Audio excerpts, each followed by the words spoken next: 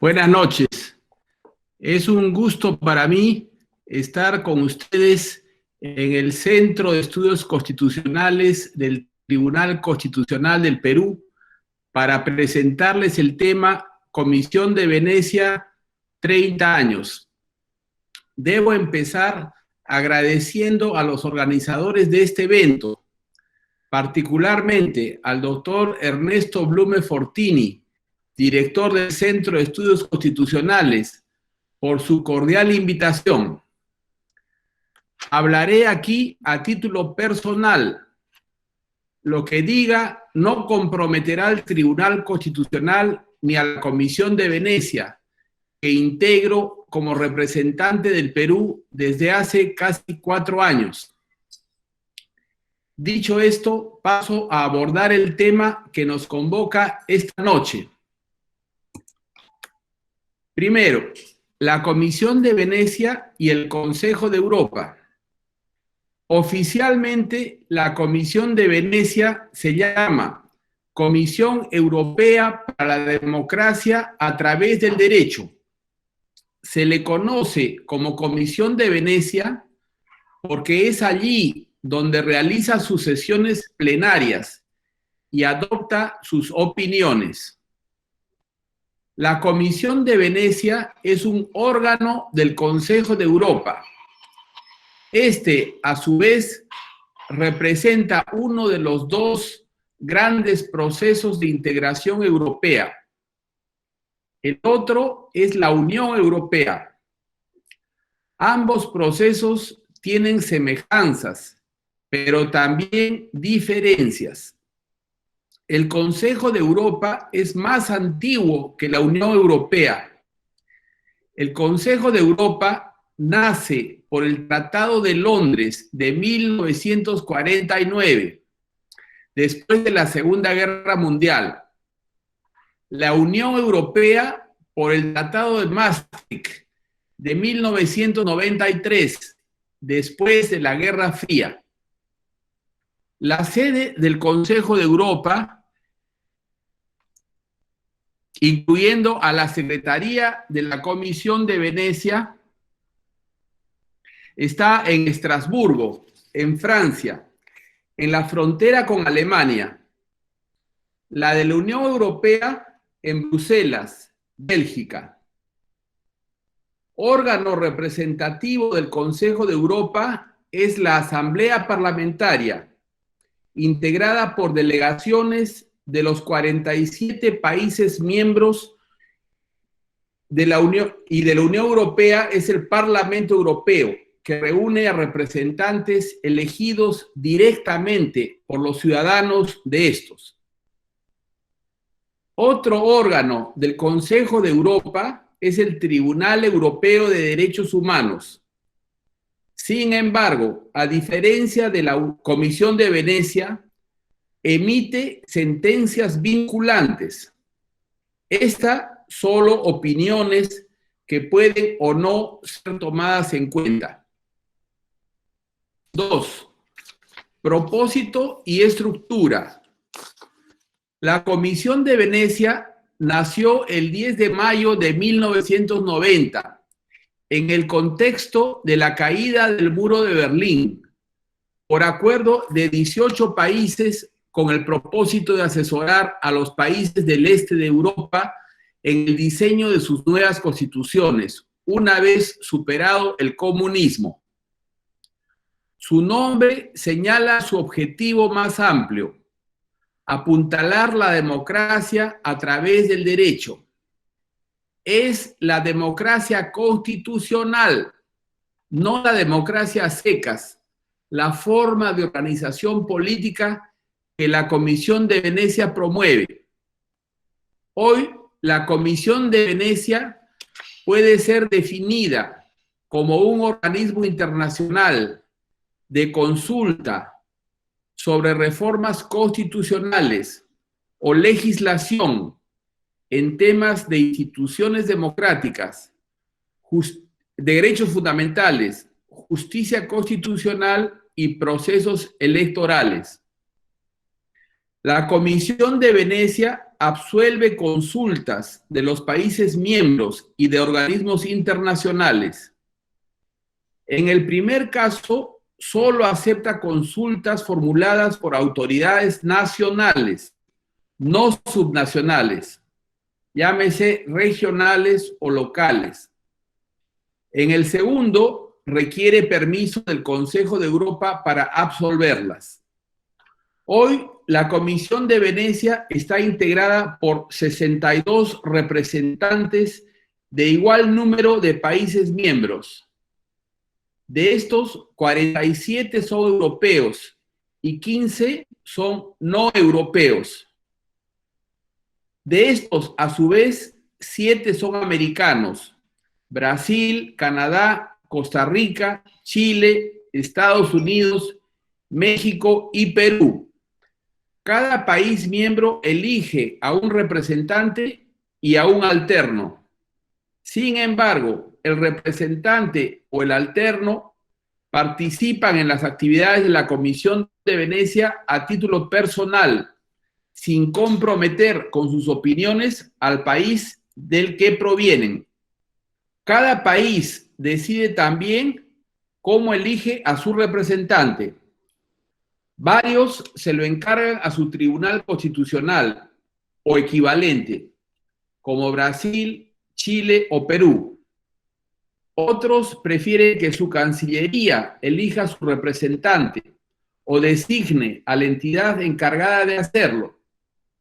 En España, por ejemplo, el Centro de Estudios Constitucionales propone y el gobierno dispone. Algunos representantes son magistrados constitucionales, otros reconocidos profesores universitarios, especializados en derecho constitucional o en ciencia política, otros destacadas personalidades políticas ya retiradas, abogados internacionalistas, etc. El presidente de la Comisión de Venecia es el italiano Gianni Bucchicchio, su director el alemán Thomas Markert. La Secretaría de la Comisión de Venecia la encabeza este último.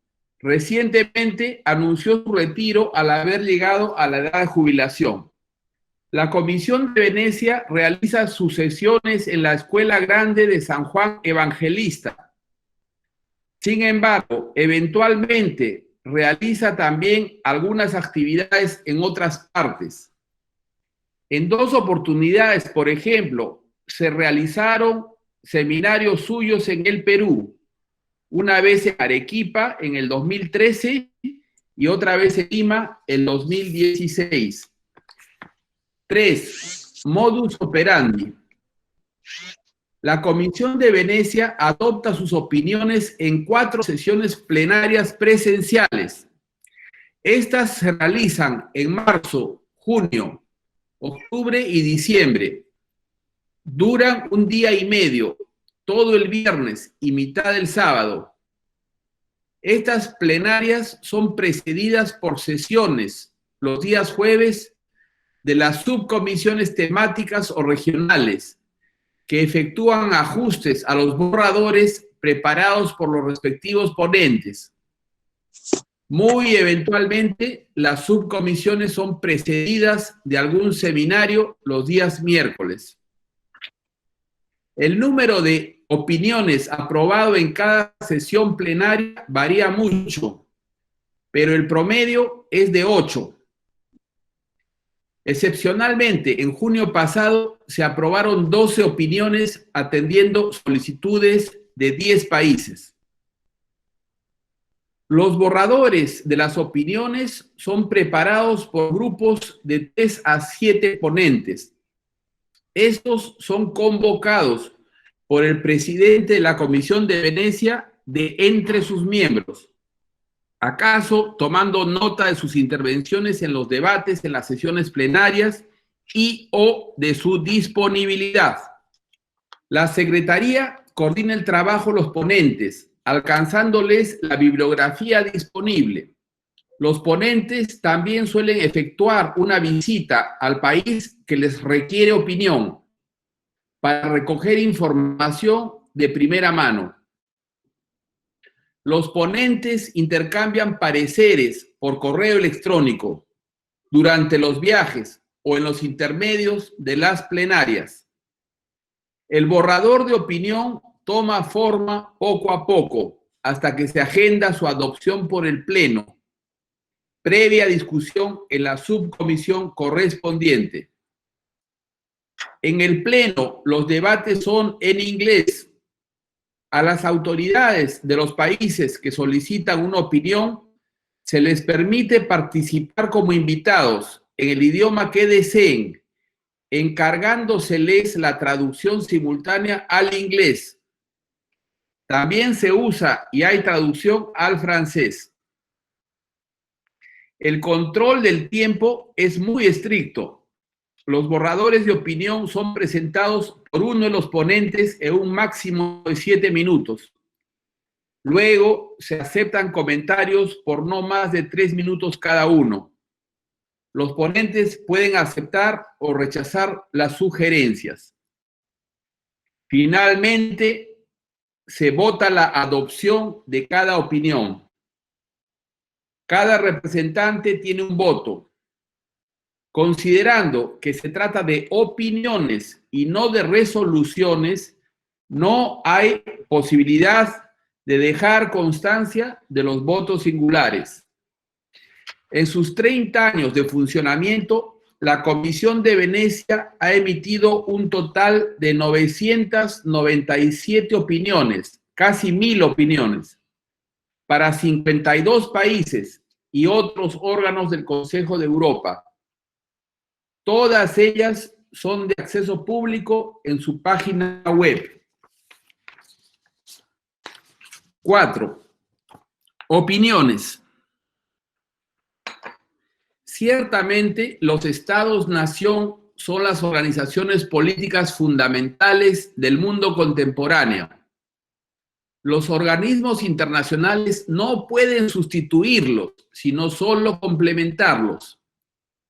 La soberanía, un atributo esencial de los estados-nación, empieza por la capacidad de diseñar sus propias instituciones políticas a base de su experiencia histórica.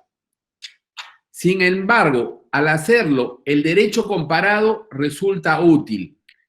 Posteriormente, ya escritas las constituciones, el derecho comparado también sirve para aplicarlas mejor. El juez de la Corte Suprema de los Estados Unidos de América, Antonin Scalia, decía por ello que había un uso correcto y un uso incorrecto del derecho comparado. Para entender la constitución de su país, decía Scalia, era esencial conocer el derecho inglés del siglo XVIII, del que provenían términos como due process of law o cruel and unusual punishment. Tales términos, incluidos en el Bill of Rights, no fueron acuñados en los Estados Unidos, sino tomados del derecho inglés del siglo XVIII. Todos los demás países del mundo han elaborado o reelaborado sustancialmente sus constituciones más recientemente. Al hacerlo, por tanto, han utilizado conceptos acuñados en otros lugares.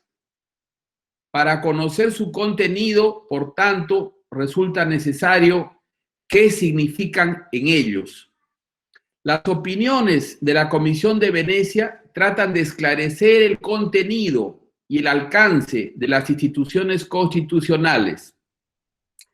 Así, contienen perspectivas valiosas no solo para el país que las solicita, sino para todos los que enfrentan cuestiones similares. A manera de ejemplo, puedo referirme a la opinión que adoptó la Comisión de Venecia para Ucrania en marzo de 2019, respecto a la resolución de las apelaciones a medidas de prisión preventiva adoptadas por jueces de primera instancia. Entre muchos otros datos, ella señala lo siguiente. En Austria, las decisiones que ordenan o continúan una detención no pueden ser efectivas más que cierto periodo. 14 días para la primera detención, un mes para la primera extensión de la detención y 2 meses para cada extensión adicional. La Constitución de Islandia establece que una persona puede ser detenida preventivamente solo si hay una fuerte sospecha de que la persona que ha cometido un crimen que tiene 10 años de cárcel y es requerida por motivo de interés público.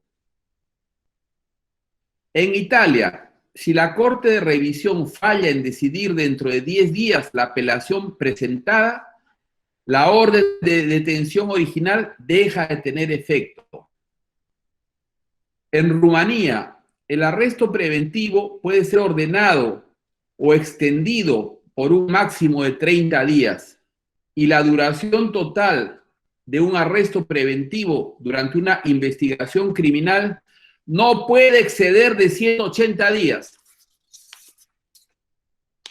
5. Reportes. Además de elaborar opiniones sobre cuestiones constitucionales, la Comisión de Venecia elabora también reportes. Estos pueden contener compilaciones de opiniones o pueden buscar esclarecer conceptos.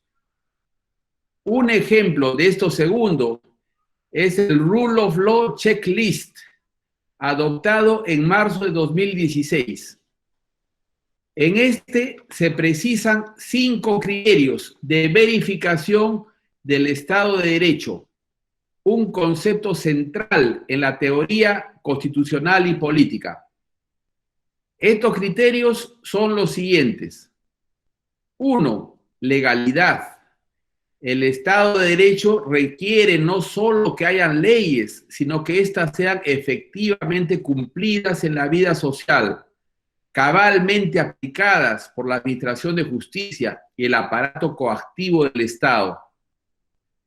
2. Certeza jurídica.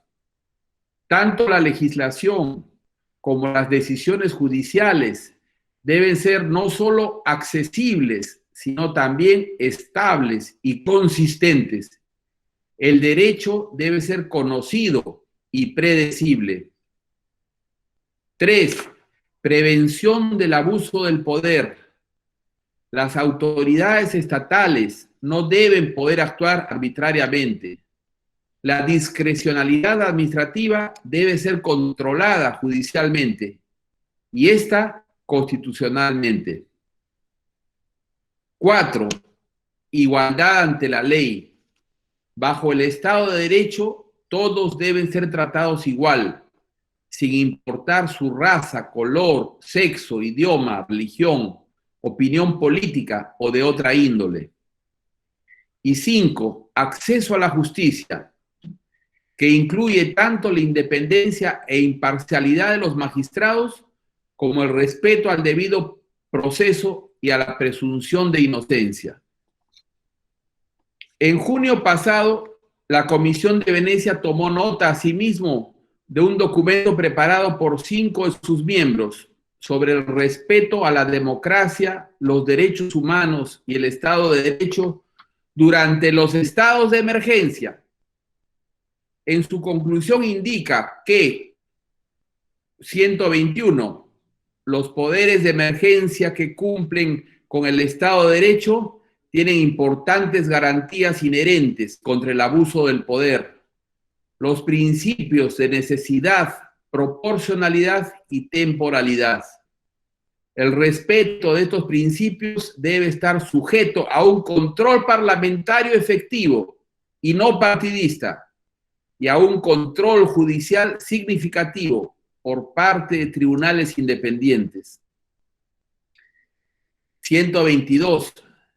La dicotomía entre lo normal y lo excepcional que está en la base de una declaración del estado de emergencia no implica necesariamente y no necesita implicar necesariamente una dicotomía entre la acción efectiva ante la emergencia y el constitucionalismo democrático, o entre la protección de la salud pública y el Estado de Derecho.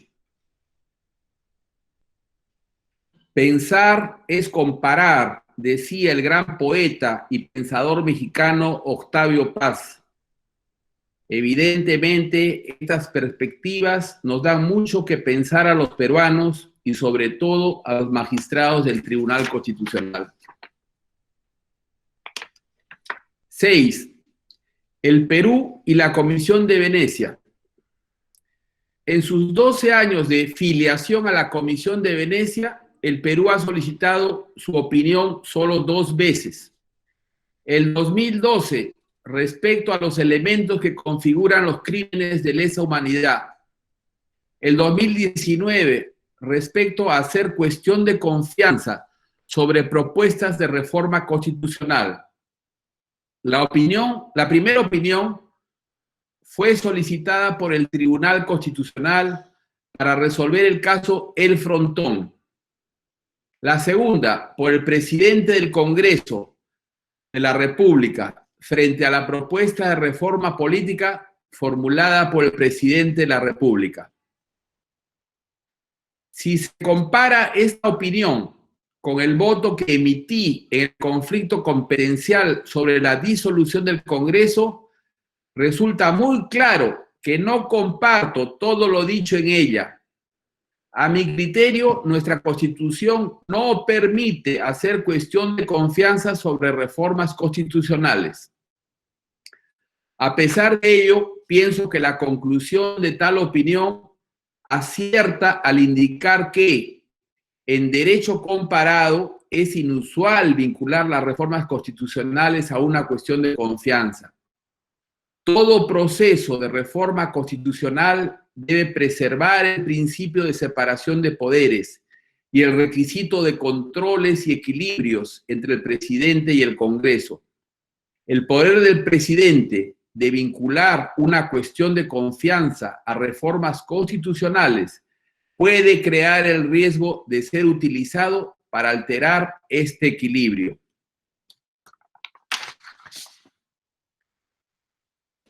Debo concluir con una nota personal. Soy el tercer representante del Perú ante la Comisión de Venecia desde inicios de 2017.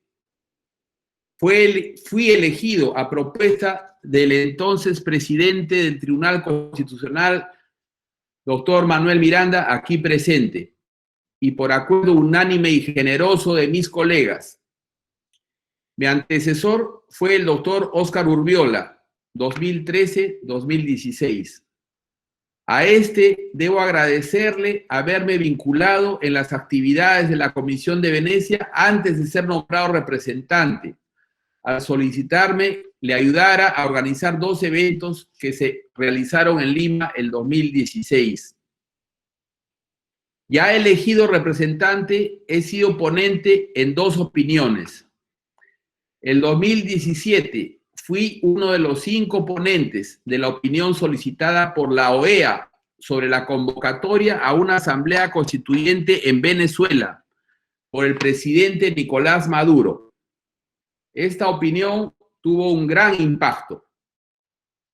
El 2019 fui convocado para ser uno de los 4 ponentes de una opinión para Armenia sobre el tratamiento del delito de ruptura del orden constitucional a nivel constitucional, legal y jurisprudencial en los países miembros.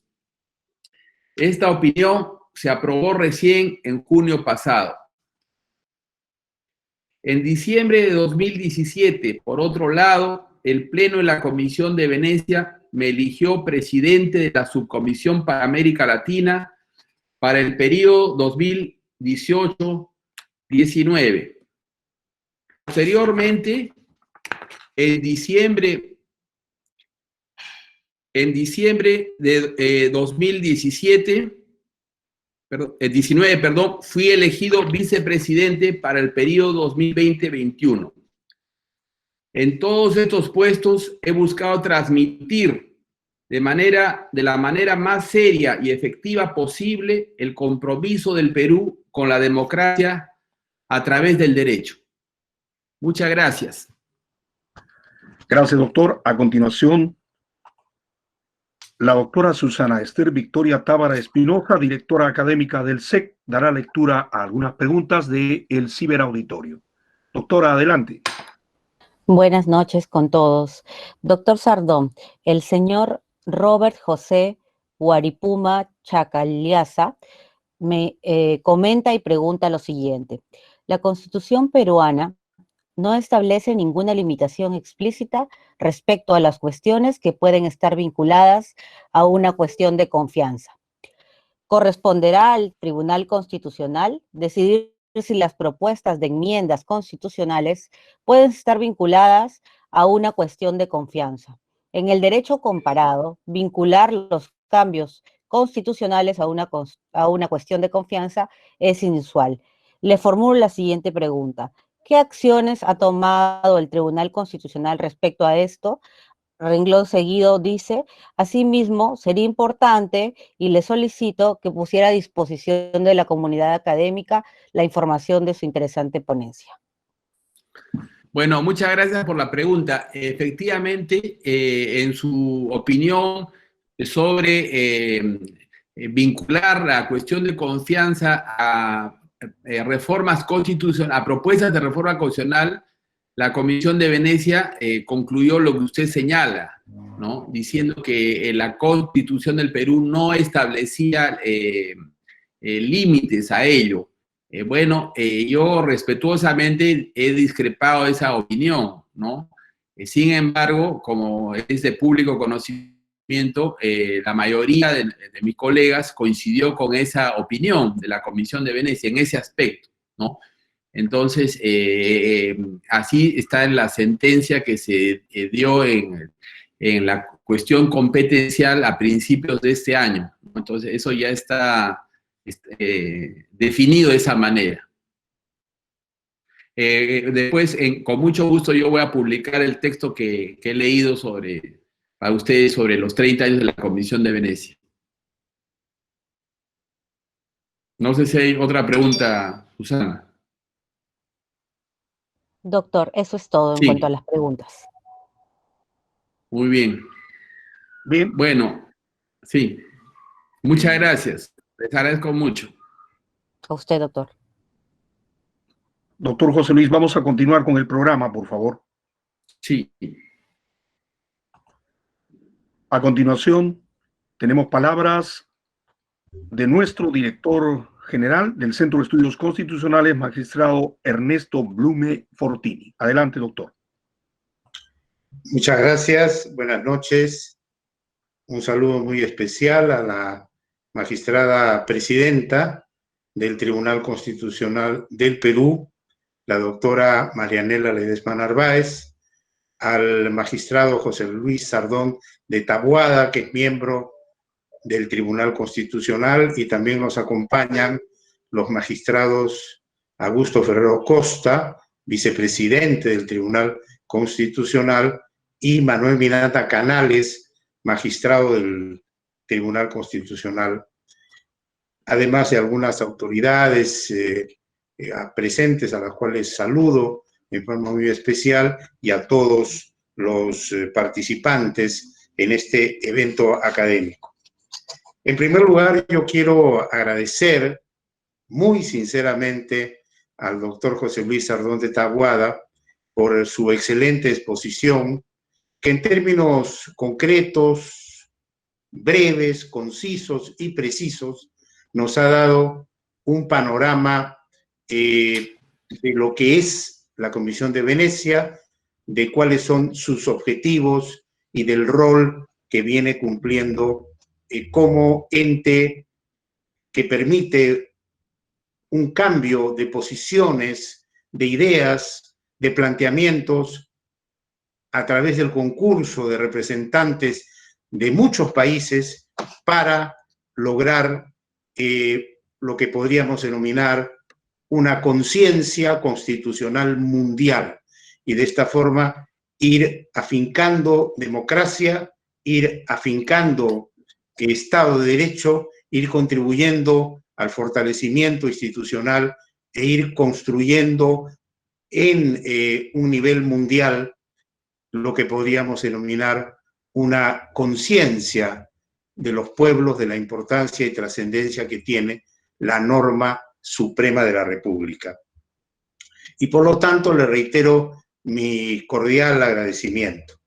De otro lado, quería también referir, aprovechando esta oportunidad, que el SEC, el Centro de Estudios Constitucionales, es en realidad el brazo académico del Tribunal Constitucional.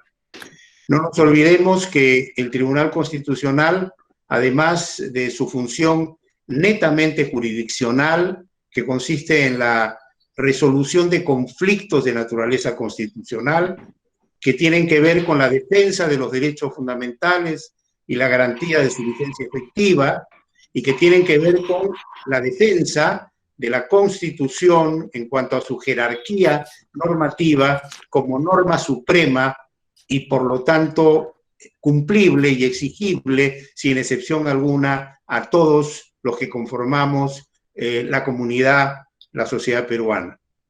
Este SEC es quien desarrolla una labor adicional a esa labor netamente jurisdiccional, porque también el Tribunal Constitucional tiene una misión que está orientada a difundir no solamente su jurisprudencia, sino también la doctrina del derecho constitucional, del derecho procesal constitucional, del derecho internacional de los derechos humanos y de una serie de disciplinas afines, y propiciar la investigación, propiciar publicaciones y propiciar los debates. Esto dentro de una lógica en la cual se entiende que, siendo nosotros un Estado constitucional, debemos estar comprometidos con nuestro Estado constitucional, para lo cual es un deber conocer la Constitución, sus principios, sus valores, sus instituciones, los derechos que consagra, etcétera, para convertirnos en una suerte de portaestandartes de la defensa de la Constitución. El artículo pertinente de la Constitución, me refiero al artículo 38, es un artículo que pocas veces se menciona, pero que tiene un profundo significado. Y me voy a permitir, con la venia de ustedes, leerlo brevemente. Artículo 38. Todas las personas tienen el deber de honrar al Perú y proteger los intereses nacionales, así como de respetar, cumplir y defender la Constitución y el ordenamiento jurídico de la nación. Es decir, la norma suprema de la República contiene un mandato que es a todos los peruanos, un mandato de defensa de la Constitución, de respeto de la Constitución y de reclamo de cumplimiento estricto de la Constitución. Pero para eso tenemos que conocer la Constitución. Y estamos nosotros abocados a esta tarea de difusión, que es una tarea muy importante. El SEC trabaja en 3 líneas: eventos académicos, investigaciones, publicaciones. De otro lado, también me parece importante señalar que el artículo pertinente del Código Procesal Constitucional, el que regula los derechos que están comprendidos dentro del amparo, que es el artículo 37, en su inciso 22, dice lo siguiente, que es un derecho y que es a la vez un deber impartir la educación dentro de los principios constitucionales. Exactamente, es el inciso 18 del artículo 37 el que a la letra preceptúa derechos protegidos. Inciso 18, de impartir educación dentro de los principios constitucionales. Y por lo tanto, hay un deber de impartir esa educación, hay un derecho de recibir esa educación constitucionalizada, si podemos llamarla de alguna manera. Y por lo tanto, por un lado a nivel de la Constitución, por otro lado a nivel de la normativa infraconstitucional, hay pues una obligación de la justicia constitucional de ingresar en el territorio de la difusión, del estudio, de la investigación. Máxime cuando la ley orgánica del Tribunal Constitucional se refiere expresamente al Centro de Estudios Constitucionales. Por lo tanto, yo me siento sumamente complacido de intervenir en esta oportunidad para resaltar la importancia de la conferencia magistral que hemos escuchado y también aprovechar la oportunidad para ir, digamos, insistiendo en estos conceptos que me parecen muy importantes, que los conozcamos y quienes estamos ligados al mundo del derecho, al mundo de la defensa, quienes estamos interesados en la investigación, los asumamos y contribuyamos a difundirlos y a fortalecerlos. Solo así estaremos afincando democracia y afincando institucionalidad. Eso es todo lo que, con relación a mi persona, quería yo exponerles. Vuelvo a agradecer al conferencista y en lo personal quedamos en contacto porque vienen nuevos eventos sobre temas sumamente importantes que los invito a todos a estar atentos. Anunciamos esto a través de nuestros canales digitales y nuestras redes, así que en cualquier momento nos volvemos a encontrar. Muchas gracias. Gracias, doctor. A continuación, palabras de clausura de esta conferencia magistral a cargo de la presidenta del Tribunal Constitucional, doctora María Elena Leonor Ledesma Narváez. Adelante, doctora. Buenas noches, señores magistrados del Tribunal Constitucional, magistrado Ernesto Blume Fortini, magistrado Manuel Miranda Canales, magistrado Augusto Ferrero Costa, vicepresidente del Tribunal, y distinguido expositor y magistrado José Luis Sardón de Tahuada, y distinguidos seguidores de este medio de comunicación. Me encuentro complacida de participar y compartir estas reflexiones sobre la importancia de la Comisión de Venecia y sus aportes para el reforzamiento del sistema democrático en el marco del desarrollo de esta importante reunión y sobre todo teniendo en cuenta la exposición que ha hecho el magistrado Sardón como miembro del tribunal, como miembro de la Comisión de Venecia. Como ya lo ha dicho, la Comisión de Venecia es una comisión europea para la democracia del derecho, es un órgano consultivo del Consejo Europeo que busca fortalecer el conocimiento de los sistemas legales de sus Estados miembros y busca promover el Estado de Derecho y la democracia, y asimismo examinar los problemas suscitados por el funcionamiento de las instituciones democráticas, su fortalecimiento y el desarrollo.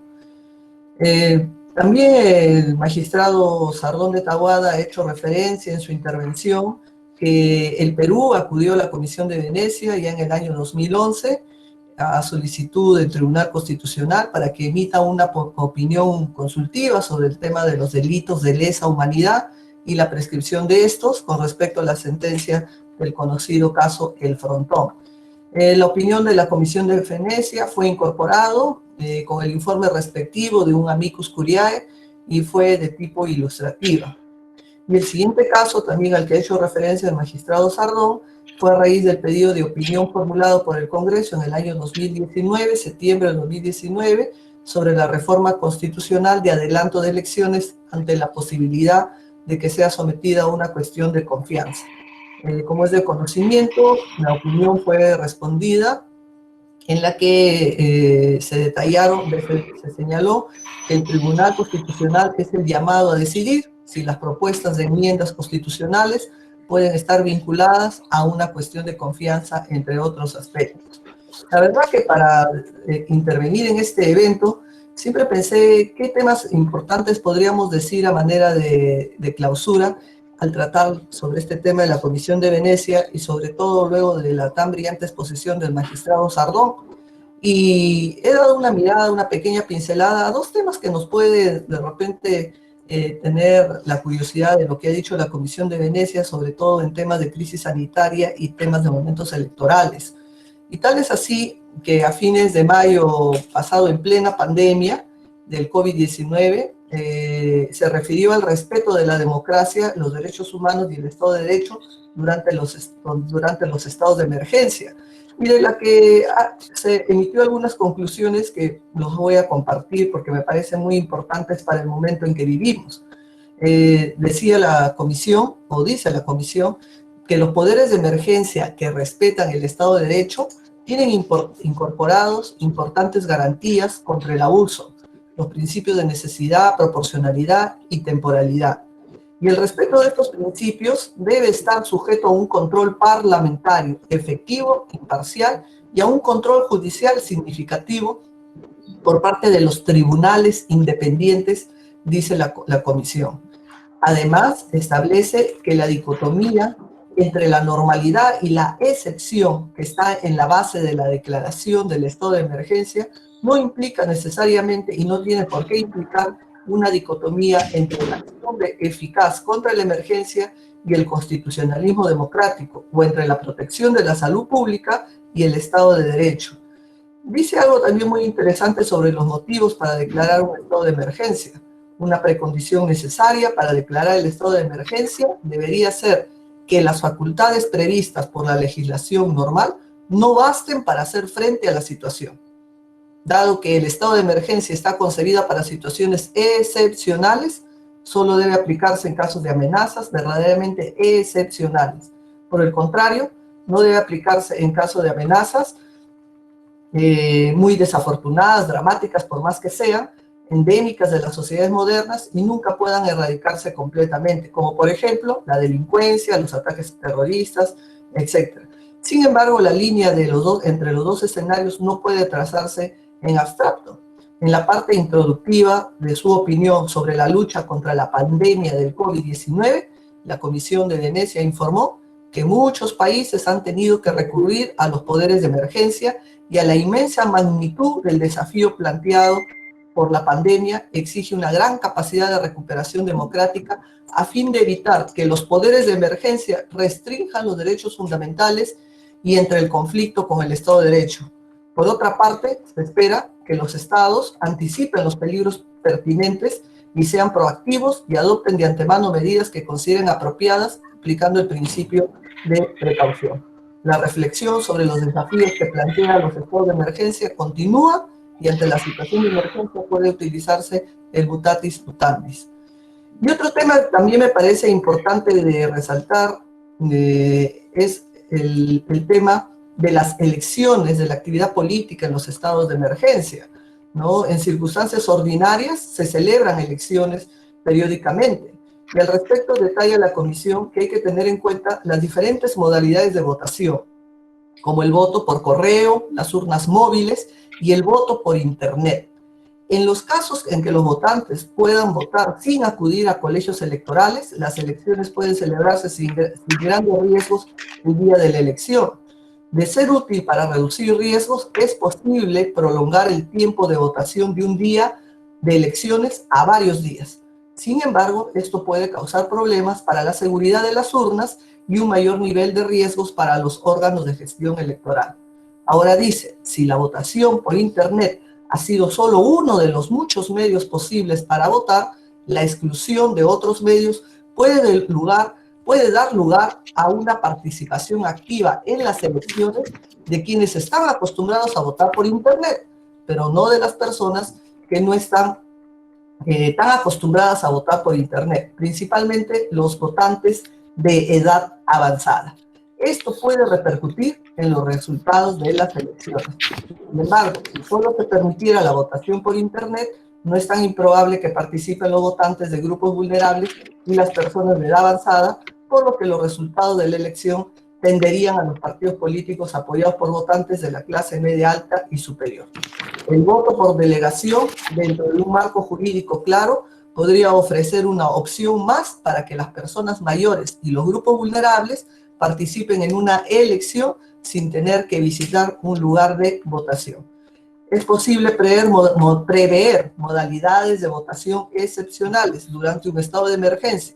Una vez más, la mejor solución sería prever de antemano estas modalidades durante las circunstancias ordinarias en la ley electoral.